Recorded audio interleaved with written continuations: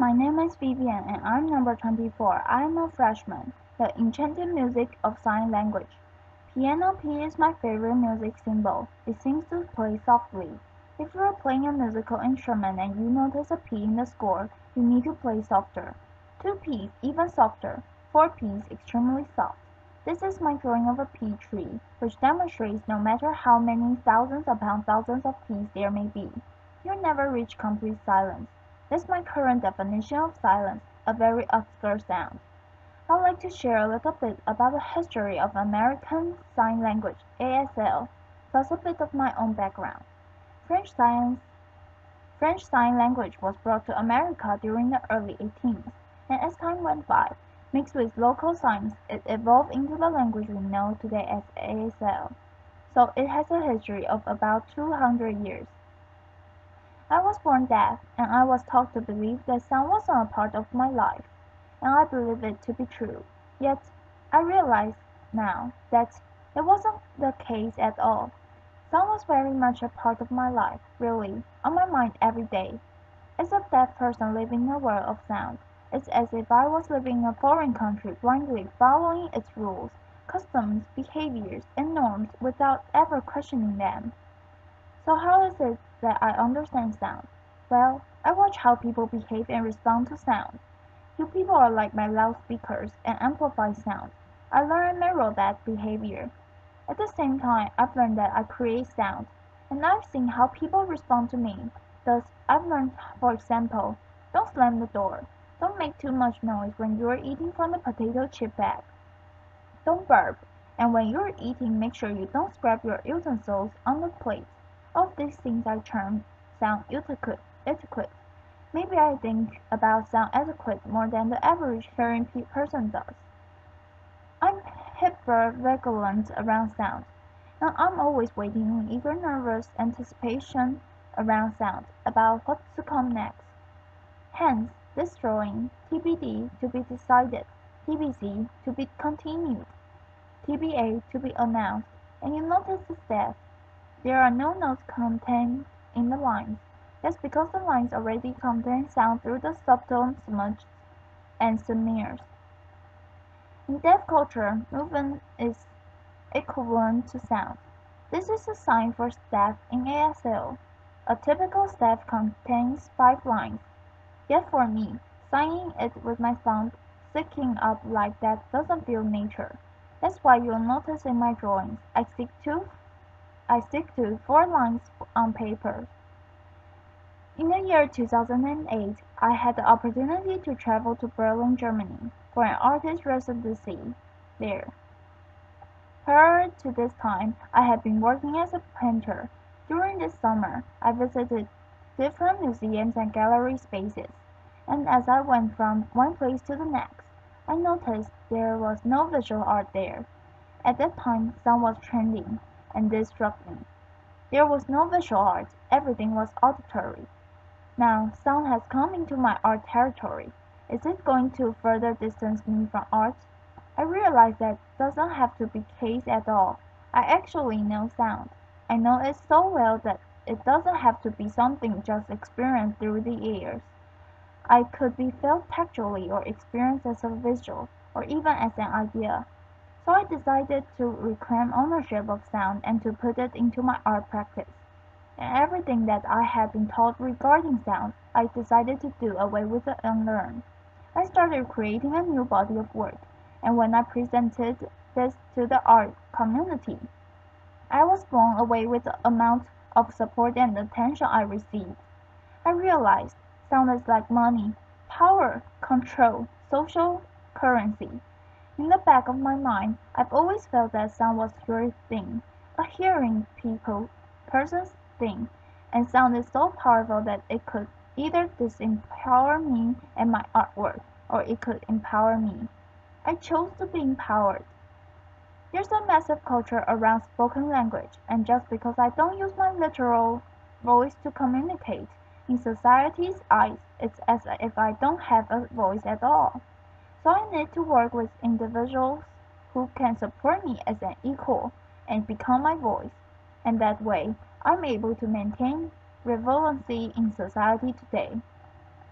So as school, at work, and institutions, I work with many different ASL interpreters, and their voice becomes my voice and identity.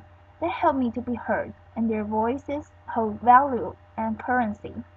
Ironically, by blurring out their voices, I'm able to maintain a temporary form of currency, kind of like taking out a loan with a very high interest rate.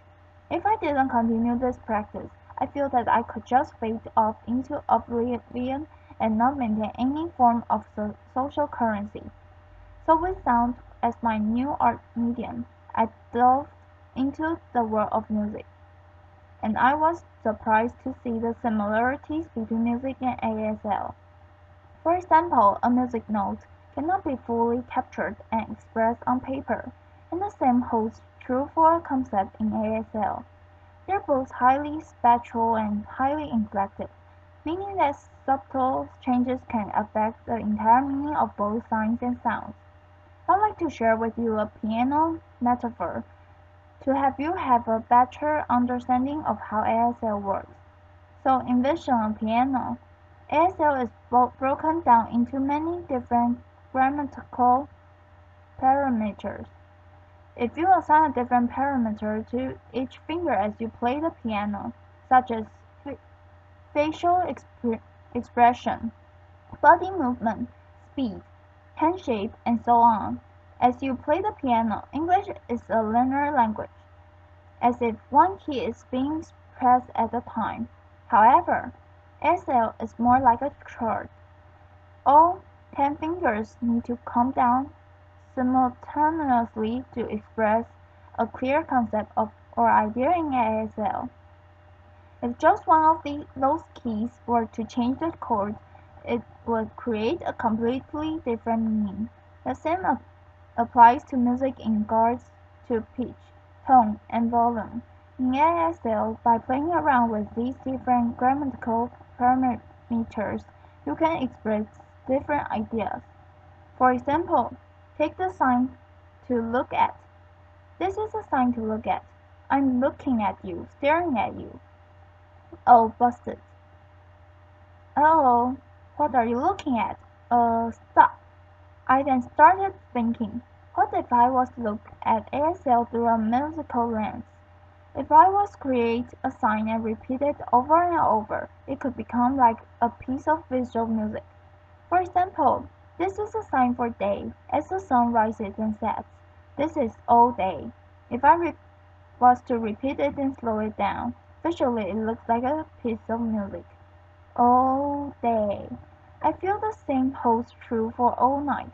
All night. This is all night, presented in this drawing, and this leads me to thinking about 3 different kinds of nights. Last night, overnight, all night long. I feel like the third one has a lot more music surely than the other two. This represents how time is expressed in ASL and how the distance from your body can express the changes in time. For example, his one hand, his two hands.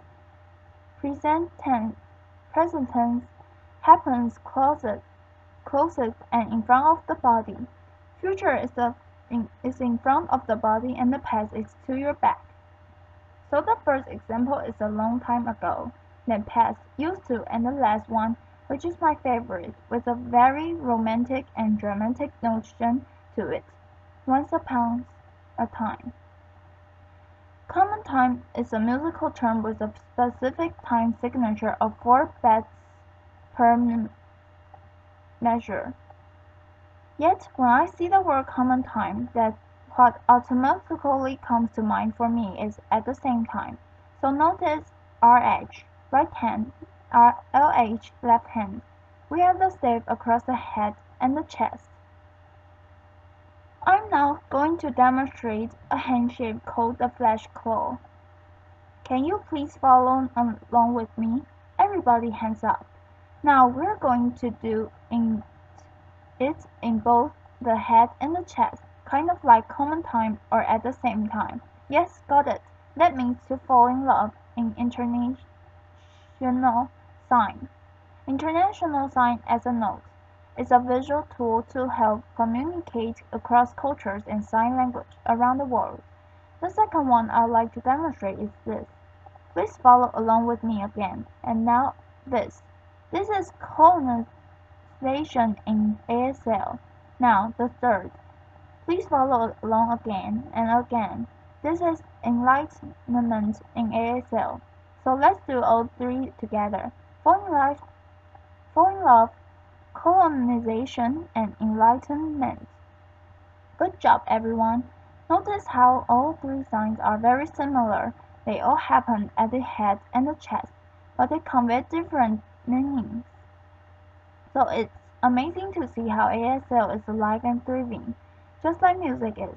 However, in the day and age, we live in a very audio-centric world, and just because ASL has no sound to it, it automatically holds no social currency. We need to start thinking harder about how to define social currency and allow ASL to develop its own form of currency without sound. And this could possibly be a step to lead to a more inclusive society. And maybe people will understand that you don't need to be deaf to learn ASL, nor do you have to be hearing to learn music. ASL is such a rich treasure that I'd like you to have the same experience, and I'd like to invite you to open your ears, to open your eyes, take part in our culture and experience our visual language. And you never know, you might just fall in love with us. Thank you. Hey, that's me.